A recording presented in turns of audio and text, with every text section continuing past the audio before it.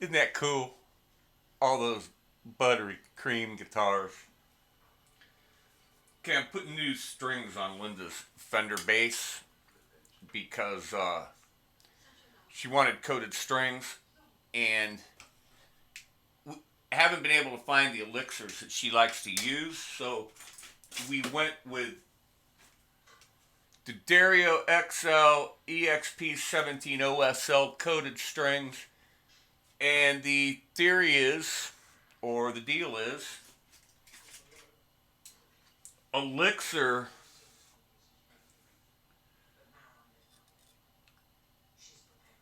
coach dips the whole string.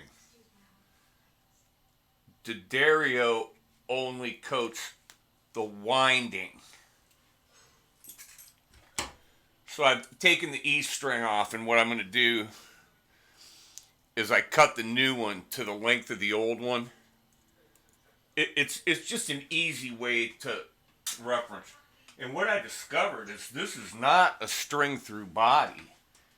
And we made sure that we bought strings that were long enough for a string through body. But me, not paying attention, didn't realize that this one loads through the back of the bridge. Doesn't go through the body. Her precisions and even her Aerodyne all load go through the body.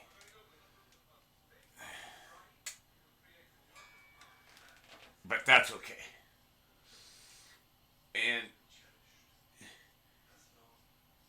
she's had the original strings on here since we got it, and as you're probably aware, Fender doesn't put the best strings on the guitars when they're hanging on the shelf or coming from the factory.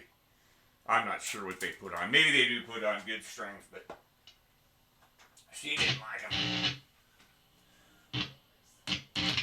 So I'll get this roughly somewhere close.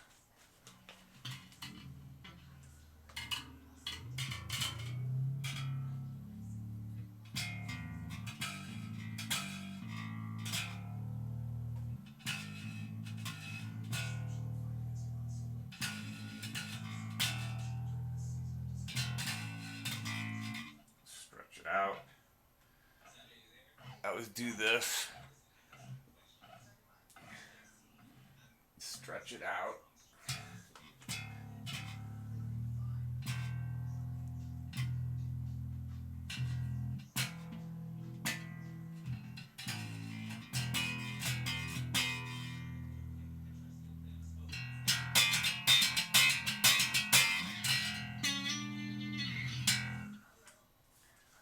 And I will do the A the same way.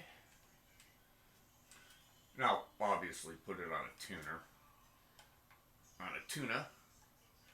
When I'm done.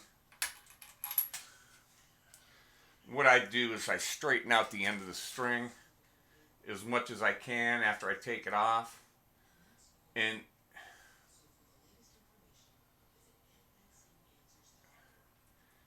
in my opinion,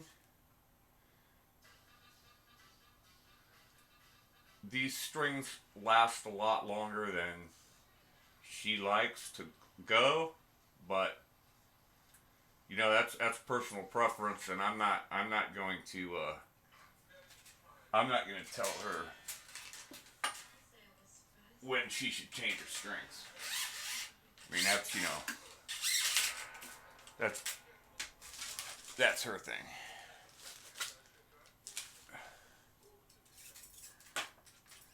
Get a length, end to end. The A string on the Dario is the red one. Brass one is the E string. Cut that end off. Put that string aside.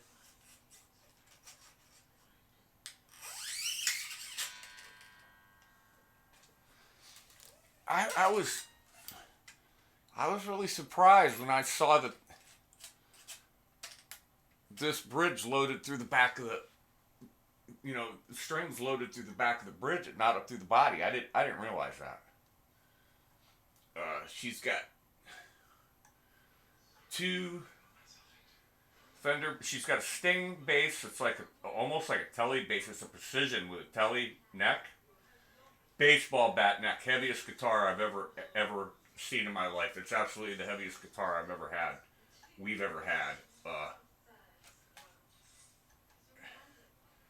Solid ash body, just a beast. But it's got a high mass bridge on it. Her American Standard precision, it loads through the back of the bridge, without a doubt.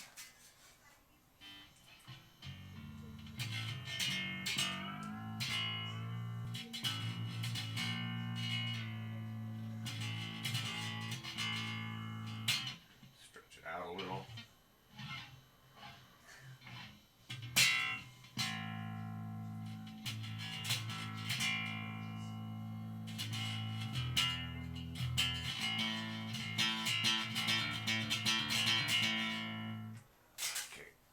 D string.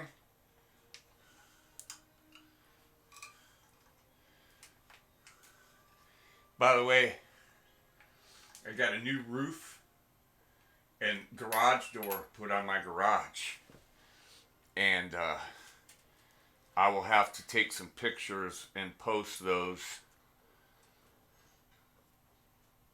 The garage door was damaged when I moved in here, when we bought the place. It's a 16-foot garage door. It's a 2-car garage. But, it was full of construction equipment. You couldn't get a car in it. I used to keep one of my trucks in there. I used to have enough room that I could pull cars in and work on them. But, it filled up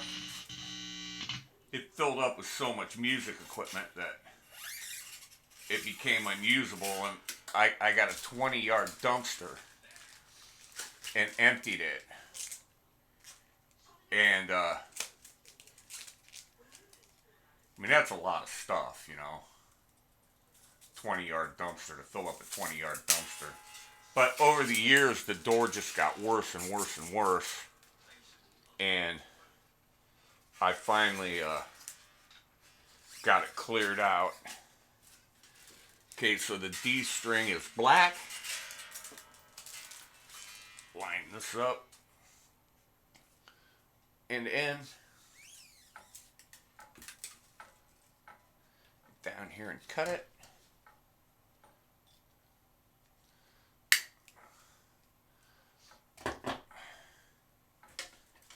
I found that measuring it that way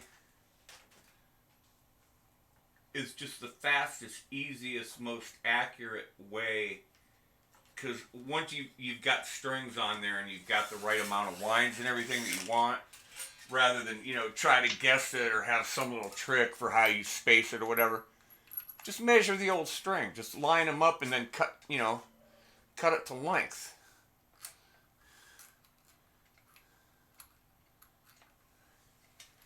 This ain't brain science, folks. It's not rocket surgery.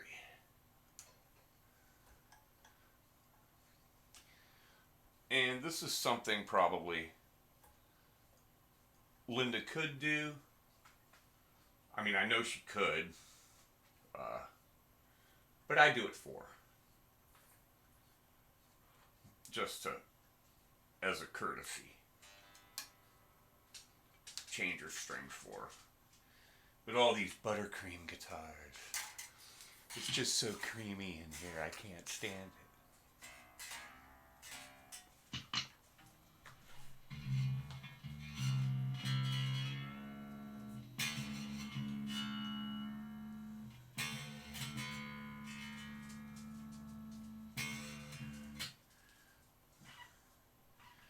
So these are coated. Coated. And the guy at the music store who is like he's the guy that actually built the bone nut for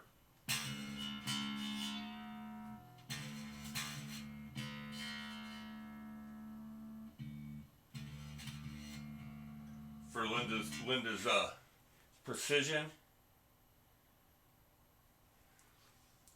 He swears by these. He doesn't like the elixirs. And the elixirs do start to get fuzzy down where you know, hit the string, pluck the string.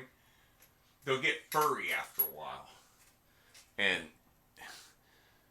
you know, once that happens, then you know they're worn out. It's time to change, and that coating's coming off, and it's flapping. Or it's like the string gets fuzzy. It's got to affect how it vibrates and how it plays. And starts sounding probably kind of dead. I used to know a bass player. Played with him for years. He's one of my best friends. He,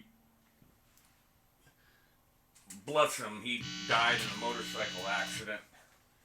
Hit a deer on his Harley. And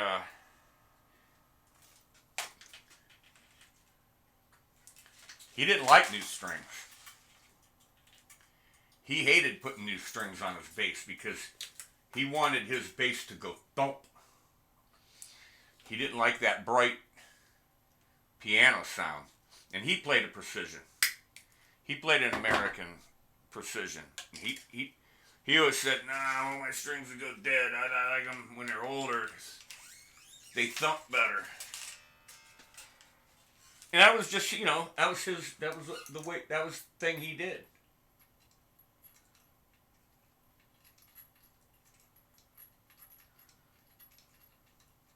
Come on. Come on, Ed.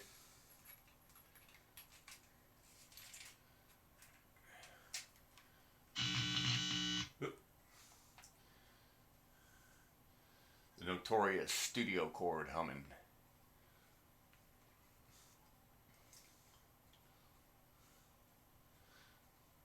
So we'll have her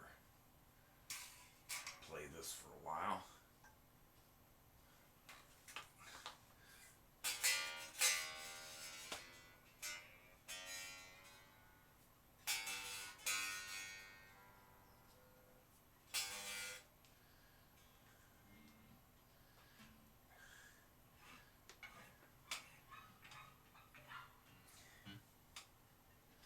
One funny thing about this, the volume knobs are big, and then the tone knobs little. Why they did that?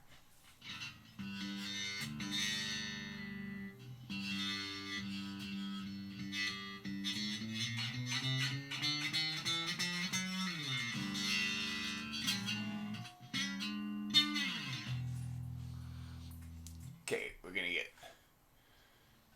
gonna get a tuner rocking on this.